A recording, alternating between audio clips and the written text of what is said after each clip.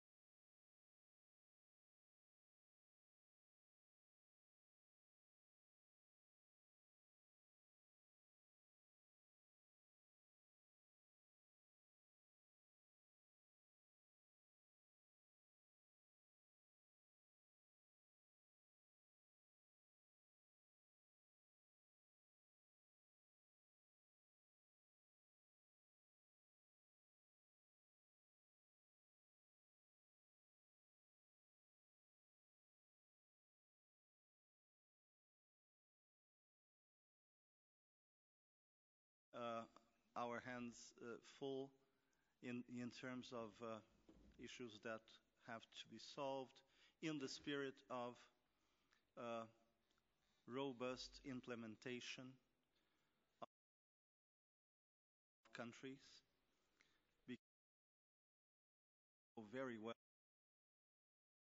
not only my country, but countries know very well that we have to make sure implementation is our highest priority. And therefore, I would like to open the floor for questions. Thank you. So we'll take now your questions. As usual, I ask you to identify yourselves and the name of your news organization. And please, if you could stand up while posing your question. So please, Yuan, in front.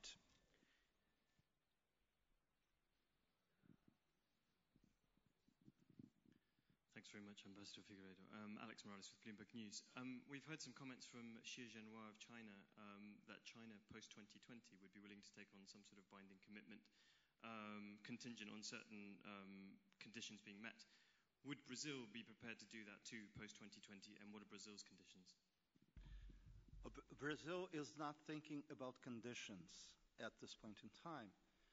The fact is that we have committed back in Copenhagen and then reaffirmed that in Cancun. And more than that, our commitment, which was a voluntary commitment, is now inscribed in our law. So it is legally binding internally for Brazil. We understand that this regime will have to evolve with time.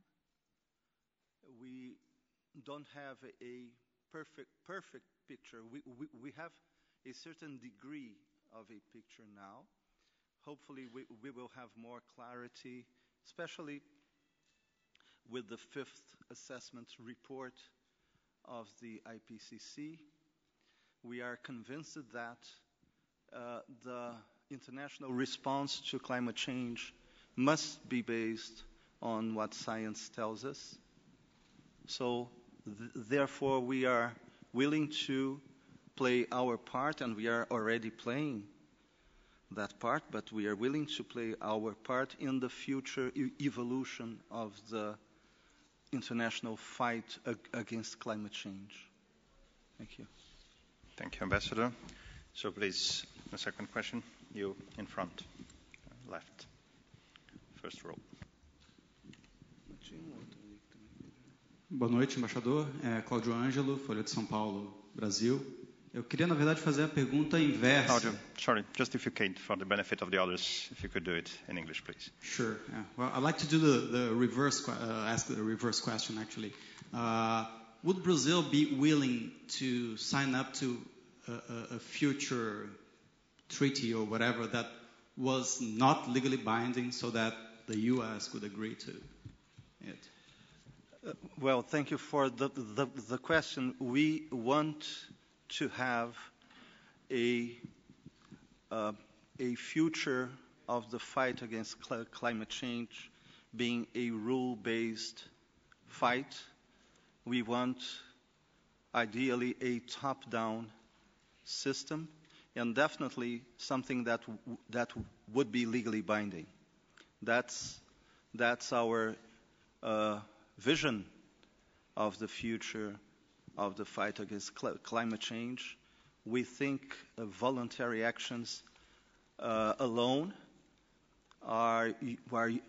usually don't add up to the level of international response that science is telling us is needed. Therefore, we want a robust, treaty-based response to climate change, and therefore we hope to have, as the outcome of future negotiations, an instrument that is worthy of robust outcome in the future. Definitely we would want that to be a legally binding instrument. Yes. Thank you very much, Ambassador. So now here, the right, second row, please. Over there.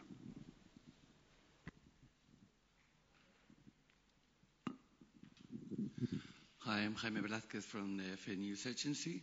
I just wanted to know if you really think that we could, at the end of these conversations, have a mandate here in Durban in order to go for a legally binding agreement for 2020.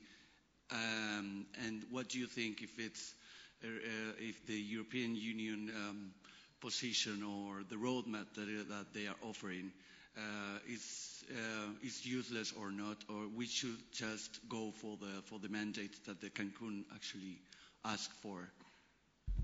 Well, thank you. Well, definitely the idea of having either a roadmap or a sequence or a process is very useful in order to set up the next steps in the negotiation for the next years. So this is very useful, and of course we are open to examine that with a very positive attitude. We also think that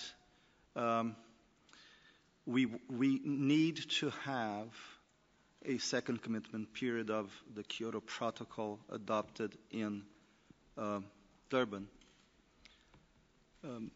Some colleagues, especially in the EU, have said that they will consider that, but they would like to see a clear indication about the future. We think that this is possible. We are working in that spirit, and we are deploying our negotiating efforts in order to make it possible an outcome in Durban that would contain, as an element of the final package, the second commitment period of the Kyoto Protocol, and therefore what countries said they will need as assurances that they need to have in order to accept that. It's a difficult negotiation. It is something that, again, is employing most of the negotiators here in Durban in parallel conversations. But I am optimistic that in the end this will happen as the outcome of Durban. Thank you, Ambassador. Please, you here in front, first row, left.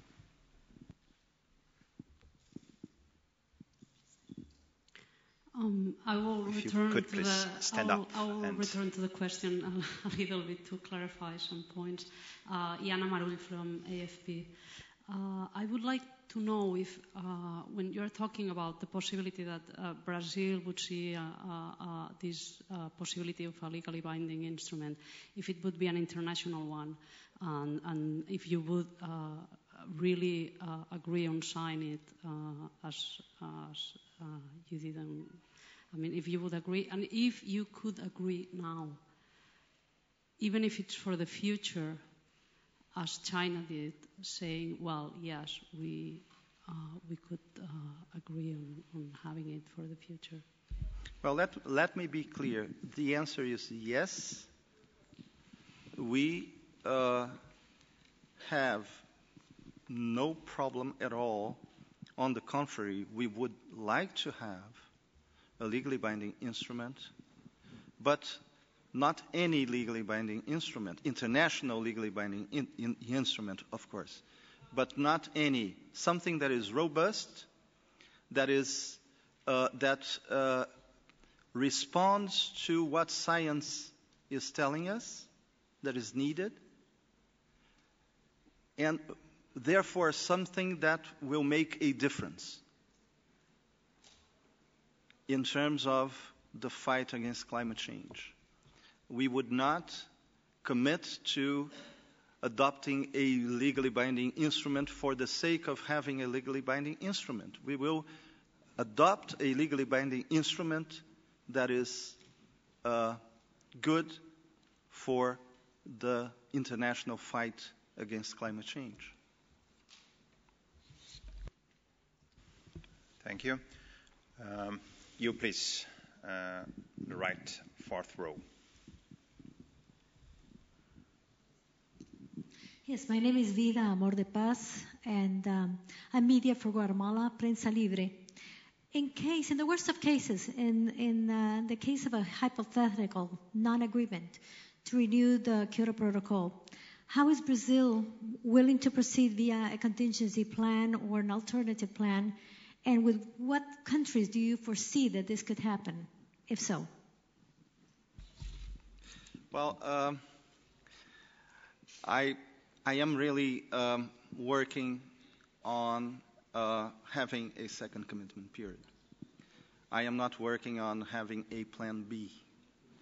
You may say, well, but you certainly have a plan B in the back of your mind.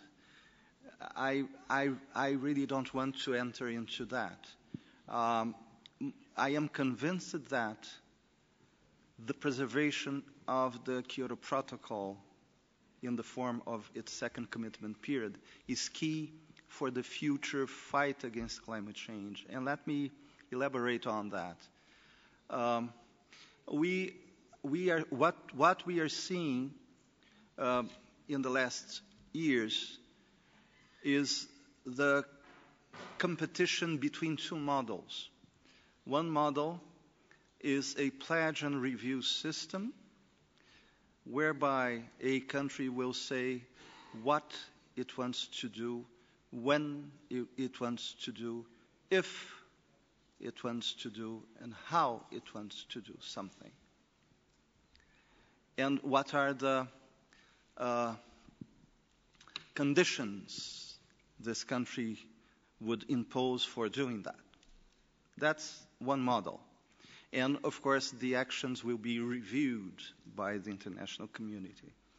You have another model, which is the Kyoto model. The Kyoto model is the top-down model, whereby you have, theoretically at least, and ideally, a number that responds to what science is telling us, that we have to reduce collectively, and based on that, a negotiation takes place, and countries share the burden of achieving that number. That's a rule-based system. Everybody plays by the same rules. There's no conditionalities. So what we see is the competition between two models. We certainly favor the Kyoto model, and we want this model to be kept alive, especially when we need in the future to negotiate the next steps in the international fight against climate change. I am referring to the post-2020 period. So that's why we see as crucial for the international fight against climate change the maintenance of the Kyoto model. Thank you. So please, on the left, 7th row. Johannes Beck from Deutsche Welle from Germany. I would like to know if what would be the consequences of the Brazilian Congress voting for the new forestry law. There's probably a vote tomorrow occurring in the Senate.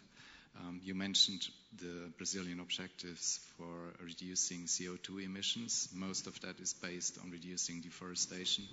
Would that be compatible with the new law currently in progress of being voted in the Brazilian Congress?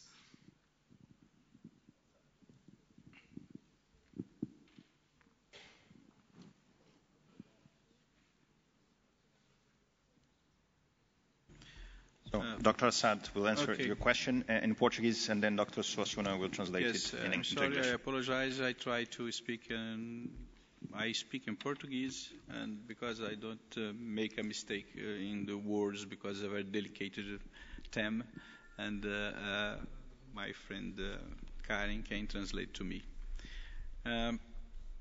O código não foi votado ainda. Então, nós estamos discutindo suposições e estamos trabalhando com cenários. É óbvio que nesses cenários haverá reflorestamento, terão áreas que serão recuperadas e terão áreas que serão desmatadas. Mas nós não sabemos ainda exatamente esse impacto todo nas emissões. Portanto, a nossa posição é de trabalhar com estes cenários e ver o que pode acontecer. Num primeiro momento, o que a gente pode dizer é que, comparado com a primeira versão do código, que é do primeiro semestre, a versão atual é muito mais positiva.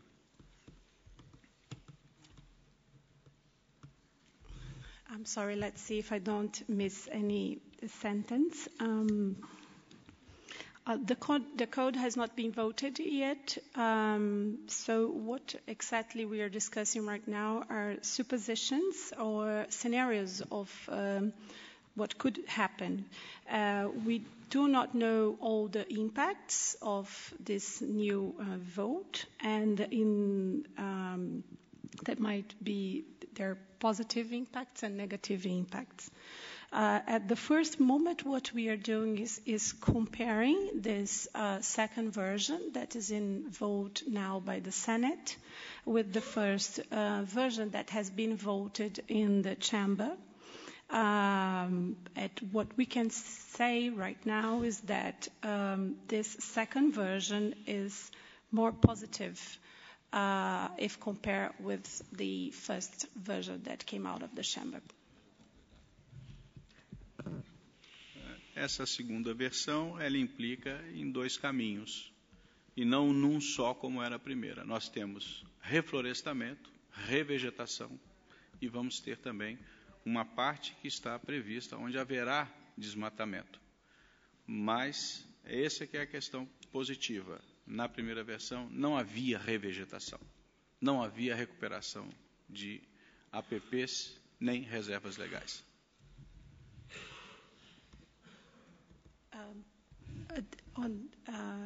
This second version implies in two pathways. One of the pathways that is in the second version is that it implies in reforestation and restoration of the deficit that was not presented on the first version. And also there is problems with deforestation on the second pathway could be also deforestation. Thank you, Dr. Assad, Dr. Suassuna. Well, we have now our question via Twitter. For those watching the webcast or the video on demand in the UNFCCC site, I remind you that you can pose questions via Twitter. Our Twitter is @Brazil_portal. So this question is from @Arpit_Tweedles. The question says, when will the international financing in RED start? Well, that's a very good question. In fact, it has already started. What we don't have as of yet is a stable mechanism that is internationally in place. But we have seen specific instances of financing of RED in many countries. In our country, we have the Amazon Fund, which is one example of RED financing.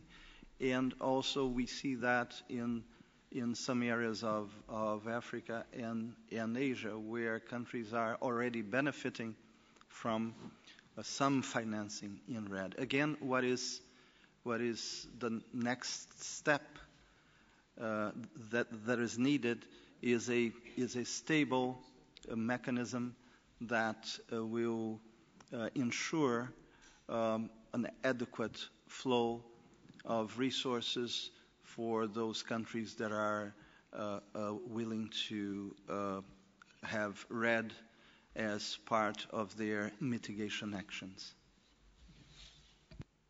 Well, thank you very much, Ambassador Figueiredo. Maybe, okay, I think we have time for one extra question from Alex, please. Go ahead.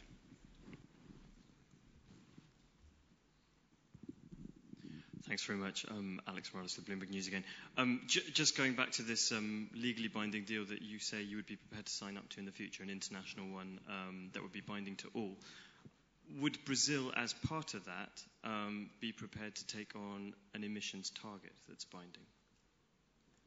Well, it depends on what you call emissions target. We have a target internally that is in our law, a law that was passed by Congress, and I have the pleasure of having one member of our Congress who is very much involved in these issues, Representative Serkis. So we and other members of the Brazilian Congress. So we already have clear targets. It is in our view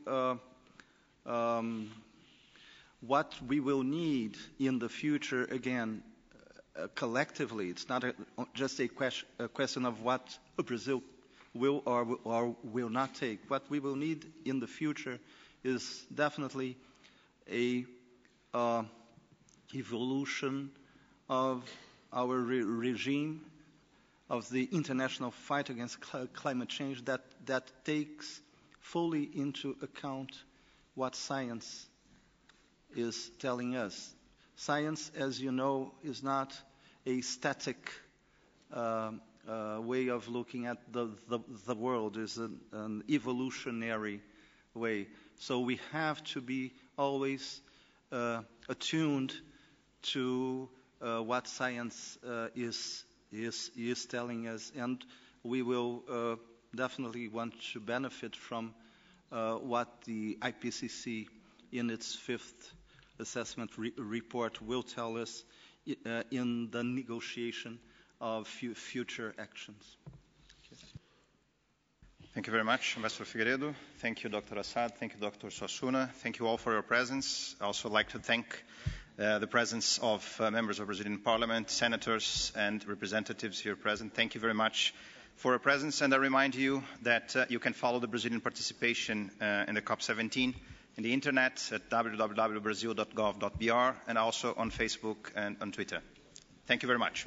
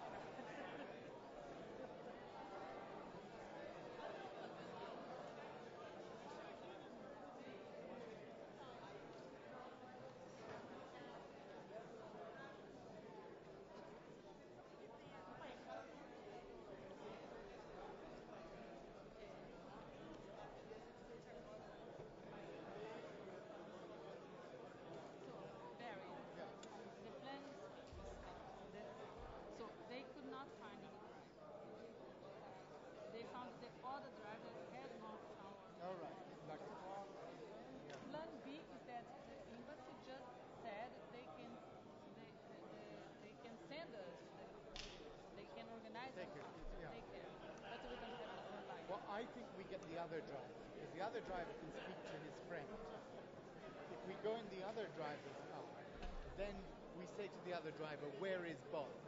Get Bob. Because I think Bob may have taken our luggage.